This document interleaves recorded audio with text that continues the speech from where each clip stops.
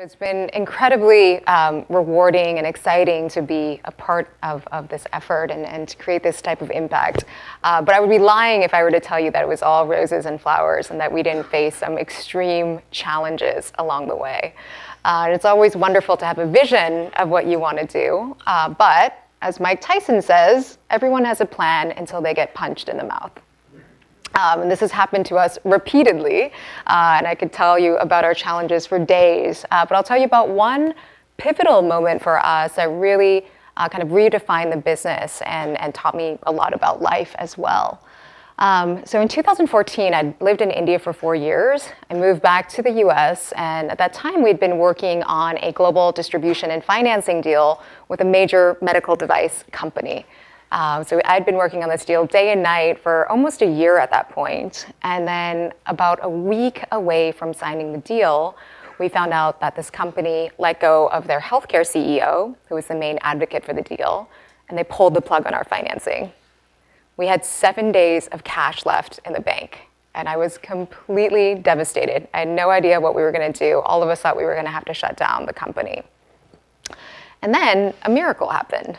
9 months prior to that, I had gone to the World Economic Forum at Davos. And one morning I went to a meditation session, which maybe 5 out of 3,000 people showed up for.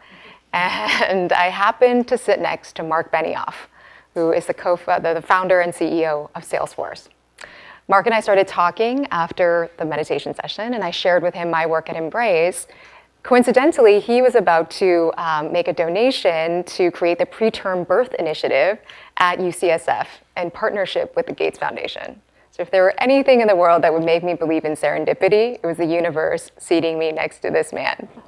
I kept in touch with Mark, and when this crisis hit, I sent him an urgent email telling him what had happened, asking for his help. John Hennessy, who's one of our advisors, also reached out to Mark asking for his help. And a few days later, he wrote back, generously agreeing to fund the company.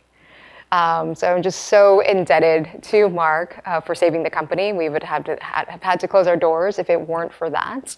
And it was a really pivotal experience in a number of different ways. But one of the things it forced me to do at that point was to take a step back and really reevaluate our strategy. You know, at the time, we were selling our product primarily to the Indian government. And working with government contracts can be extremely painful. You don't know when the contracts are going to come through, when you're going to get paid. It wasn't leading to a sustainable business model. At the same time, I'd started to look at models like Tom's Shoes and Warby Parker, and the team was thinking, what if we could leverage our technology and create a product for the US market, and then use the profits from that to fund the expansion of the Embrace warmers in developing countries. And so that led to the birth of our newest initiative, which is called Little Lotus.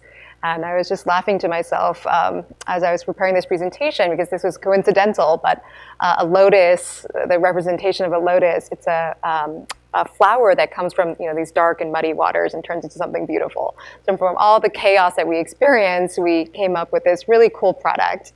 And what it is, it's a line of baby products for the US market, so sleeping bags, swaddles, and blankets that have a technology akin to the Embrace warmers.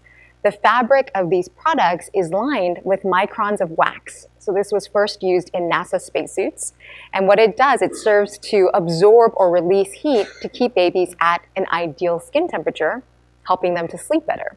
So our informal studies have shown that babies sleep on average an hour longer with our product versus existing products because of less temperature fluctuations.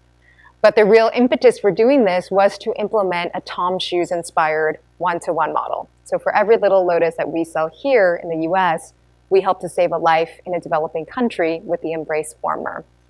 And I think the ethos behind doing this, as I came back to the US and started doing research, I would talk to lots of parents, and moms in particular. I'd often hear them say to me, when I became a mother for the first time, I felt an instant camaraderie with every other mother in the world. And if I saw a baby in need, I would do anything to help that child. So we really wanted to create a global community of parents helping other parents.